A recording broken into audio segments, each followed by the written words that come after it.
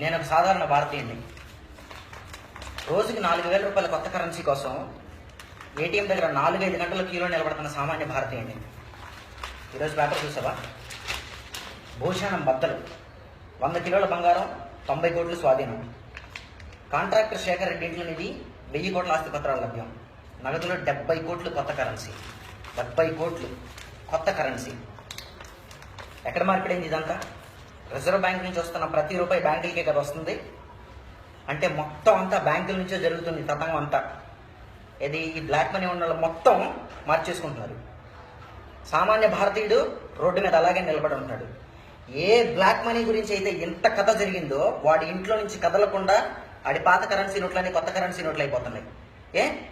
మనం డ్రా చేసుకోవాలంటే ఎన్ని రిస్ట్రిక్షన్స్, కానీ వాడి దగ్గరికి ఎలా వెళ్తున్నాయి? మొత్తం 70 కోట్లు మార్పిడి జరిగిందంటే అంత అవలేని విషయం కాదు. ఇది ఒక్క మనిషికి సంబంధించిందే.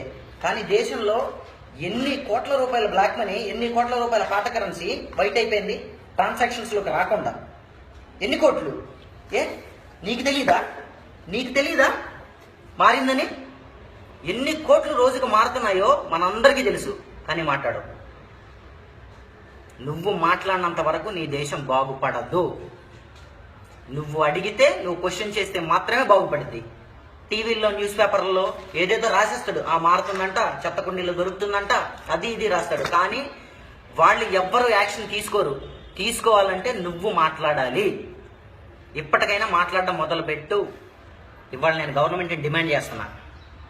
రిజర్వ్ బ్యాంక్ నుంచి కొత్తగా రిలీజ్ అయిన కొత్త కరెన్సీ ప్రతి ఒక్కదానికి మీ దగ్గర లెక్క ఉందా? ఎవరికెంత వెళ్ళిందో మీ దగ్గర లెక్క ఉంటే అది మాకు కావాలి. డిసెంబర్ 31కి పాత నోట్లు డిపాజిట్ చేయడం క్లోజ్ అయిపోతుంది కదా. జనవరి 5వ తారీఖు మాకు లెక్క కావాలి. మీరు రిలీజ్ చేసిన కరెన్సీ మొత్తం లెక్కలోనే ఉందా? ఆ విషయం మాకు తెలియాలి. మేము పేపర్లో చూడాలి. అది ఒకవేళ లేదా, కరెన్సీ మొత్తం, మీరు రిలీజ్ చేసిన కరెన్సీ మొత్తం లెక్కల్లో లేకుండా మళ్ళీ బ్లాక్ మనీ కింద కన్వర్ట్ అయిందా, ఎక్కడికి వెళ్ళిందో కూడా మాకు తెలియాలి. నేను ఒక్కడిని అడిగితే ఎవ్వడూ నన్ను పట్టించుకోడు. మనందరం కలిసి అడిగితే ఆన్సర్ చెయ్యక తప్పదు. కాబట్టి మీరు కూడా క్వశ్చన్ చేయండి. నీకు కావాలి కదా లెక్క, నీకు కూడా కావాలి కదా లెక్క. కొత్తగా రిలీజ్ అయిన కరెన్సీ మొత్తం ఎక్కడికి పోయిందో లెక్క నీకు కూడా కావాలంటే నువ్వు కూడా క్వశ్చన్ చేయి. ప్లీజ్ క్వశ్చన్ చేయి. ఒక్కసారి నీ దేశం కోసం ఒక్కసారి క్వశ్చన్ చేయి. క్వశ్చన్ చేస్తూ ఒక వీడియో చేయండి, హ్యాష్ ట్యాగ్ పెట్టి దాన్ని పోస్ట్ చేయండి.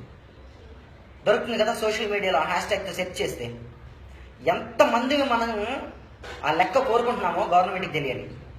ఇండియన్ గవర్నమెంట్కి మనం ఎంతమంది ఆ లెక్క కోరుకుంటున్నామో ఇండియన్ గవర్నమెంట్కి తెలియాలి. మనందరం చేసే వీడియోలకి 3 హ్యాష్ ట్యాగ్లు పెట్టుకున్నాం. 1 #1 catch the fox, #2 clean the country, #3 I demand a report. Please మీ దేశం కోసం ఒక్కసారి క్వశ్చన్ చేసి వీడియో పోస్ట్ చేయండి. చేతిలో ఫోన్ ఉంటుంది కదా, చిన్న వీడియో ఒక్కసారి ప్లీజ్ క్లీన్ ద కంట్రీ. రోజు పేపర్లో న్యూస్ చూసి పక్కన పడేసినట్టు, ఫేస్బుక్లో వచ్చే వీడియోలు చూసి పక్కన పడేసినట్టు కాకుండా ప్లీజ్ ఒక్కసారి రెస్పాండ్ కండి. మన దేశాన్ని మనం బాగు చేసుకోవచ్చు. ఈ బ్లాక్ మనీ ఉన్న వాళ్ళందరినీ పరుగులు పెట్టించవచ్చు. Please respond, please.